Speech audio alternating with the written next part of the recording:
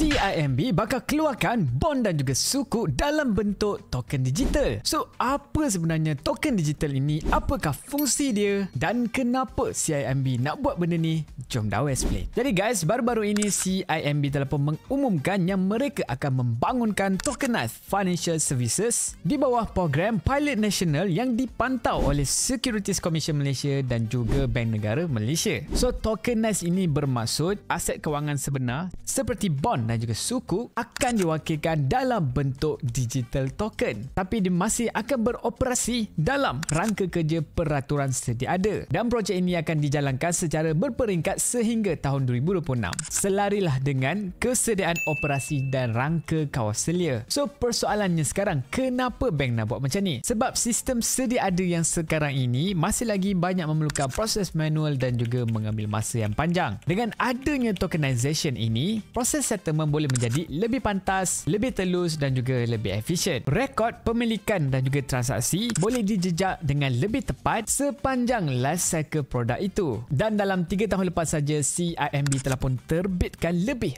40 bilion worth of bond dan juga suku secara konvensional lah. Jadi apabila volume dah sebesar ini, maka kecekapan sistem itu menjadi semakin penting. Dan selain itu, CIMB juga tengah membangunkan tokenized deposit, iaitu deposit bank yang sah tapi diwakilkan dalam bentuk token untuk tujuan settlement. Ini penting untuk sokong ekosistem tokenized securities supaya proses bayaran dan juga penyelesaian boleh menjadi lebih lancar. So guys, korang rasa excited tak nak guna sistem tokenized ini apabila dia dilancarkan secara official nanti? Dan korang rasa adakah tokenization ini adalah satu langkah yang baik ataupun tidak untuk pasaran kewangan Malaysia? Ataupun sebenarnya masih ada lagi banyak risiko yang perlu kita risaukan, kita perhatikan? Jadi guys, please drop korang punya pandangan dekat bahagian komen, dan jangan lupa like video ni, follow Dawa juga kalau belum, dan share jugalah video ni kepada kawan-kawan korang yang minatlah kripto ataupun tokenization ataupun RWA. Jadi guys, itu saja, jumpa lagi korang semua pada video akan datang. Ciao.